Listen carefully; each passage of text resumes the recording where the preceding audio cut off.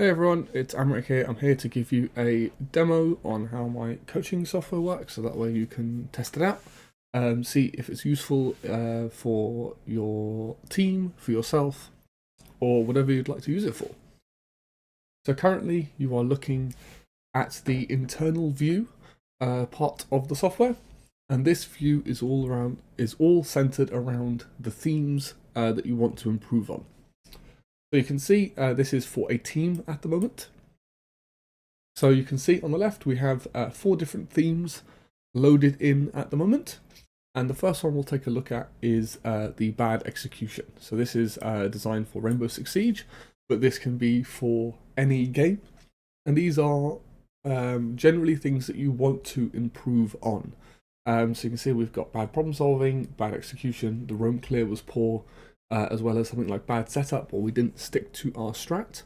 The idea is these are all qualitative things that you want to track.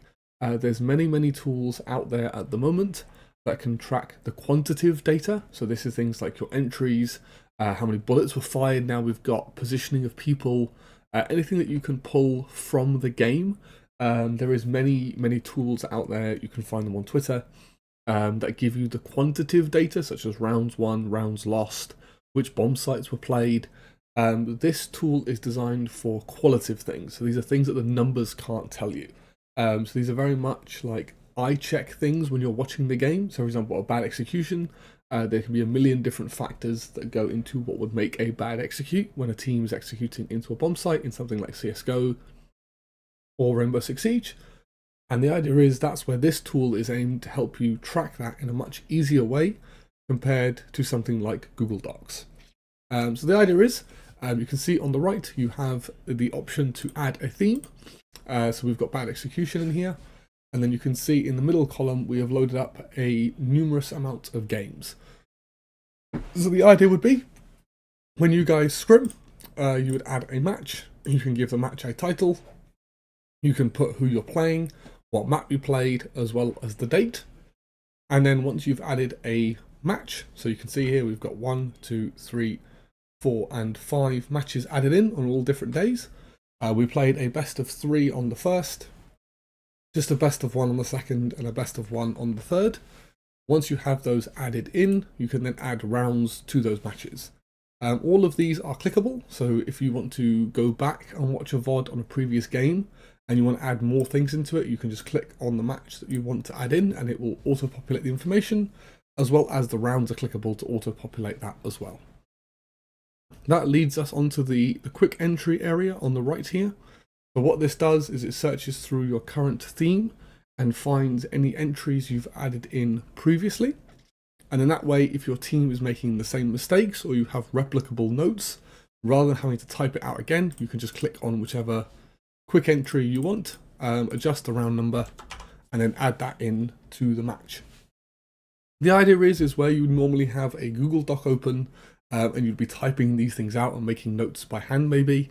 This gives you a searchable, repeatable, nice view to be able to find this information. There will be a search feature coming later, so that way if you want to search by the title of the match, if that's map or opponent that you've played, that will be coming shortly as well. And the idea is, that way for each of the themes that you want to track, you have access to all of your match data very easily, and it should be a lot easier to track your notes through many games. For example, if you're scrimming 3 times a week and doing best of 3s, every week you would have 9 Google Docs, whereas in this it's much easier to see. The other cool thing is for the internal view, we also have a graph, which shows you the average of the mistakes you made per day.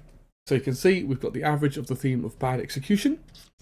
Because we played a best of 3 on the first, over 3 maps, we had 5 occurrences. We had 1, 2, 3, 4, and 5. Over 3 maps, averages out at 1 error a match.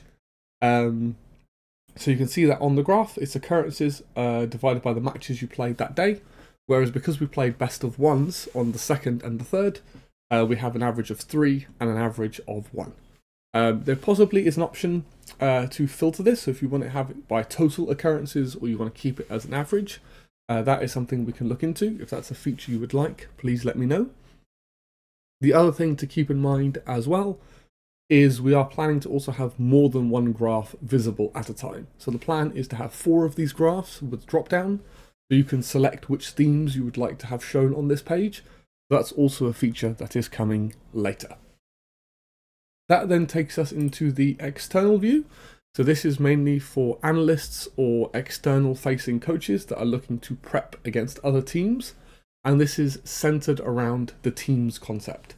So you can see in this case, we've got BDS, GK and Fnatic loaded in, as well as with the internal view and the external view. This will be empty the first time you load it up. And then once you create entities, then you'll have information you can view. So we'll take a look at BDS, and then that's where you would then create a category per team. So you can see here we have a general attack TDLR. So this is for general things that this team always does on attack. So in this case, we've put a playstyle note, which is very slow, patient to find an opening, and then they look for gaps. We have a defensive note. You can put as many things in here as you want, and you can also add an image into this note as well. Then a category can also be a map. So for example, we have the consulate one, and we've used the drone spots as the example. And I'm sure Whippet won't mind, but the idea is you would say, these are the drone spots that a team uses on consulate. Then you can add in the images of where those drone spots would be. So there is a choose files option to add things into this particular note.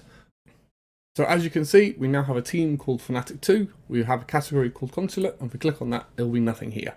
So then that way you can then go to a point, and then we can create something like drone spots, and then say to our team, look for these spots in game. And then if we add that in, you can see the thing appears. Now we have this point added in, we can choose an image to add to this point, and then that would appear, and then that way your team then has access to this data.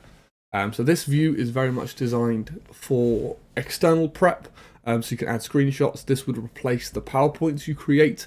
It makes it a lot easier for your team to navigate to the opponent they're playing against, especially in T1, where you might have 7 other teams in the league, rather than having to bounce between 7 to 14 different PowerPoints, depending on how many different PowerPoints you've made per team. This should be a lot easier to navigate. The whole idea of this is it's to speed up the process in which you can generate information to consume for your team. Then we get into being able to save the data as well as load the data back into the application. So you'll notice at the top there is a save data button that will open a dialog asking you to confirm if you want to save. This will overwrite any previous saves, so you want to be very careful that you're not saving in blank information, because you will wipe all of the data you had previously. To avoid this, you can copy the CSV file that this saves into, which I will show you shortly. The way this works is it just saves all of the data locally to your machine in a CSV file, and then reads the data back in again from that CSV file. So the way this would work optimally is you basically create a folder on your desktop, which we can show you very shortly. And then you would put the application in that folder, and then when you press the save button, that testing.csv file will be saved in the same folder where your application is also stored. To make it easy when you upload images, if you also put them into that folder, it means when you go to add the images through the choose files dialog, then it'll be very easy to find where you've saved those images.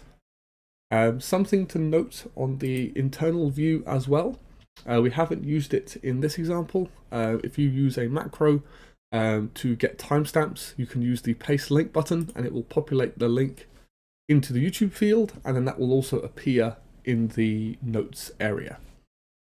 So I hope you guys will find this helpful.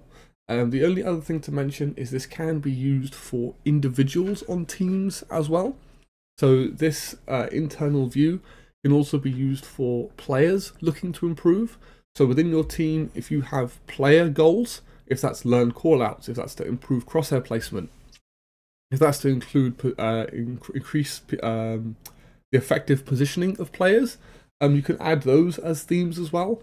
And then players can also use this view to track if they are improving in those goals. Because if someone has really bad crosshair placement, they can add in the rounds where they had the bad crosshair placement, add in the YouTube link, so that way they can keep track of if they're improving on their own personal goals as well as the team goals. So this is something the whole team can use, and I hope that this is something that will be useful to you guys, and hopefully that's been a nice tutorial. And if there's any bugs or anything like that, please let me know, and then I'll get them out fixed for you as soon as I can.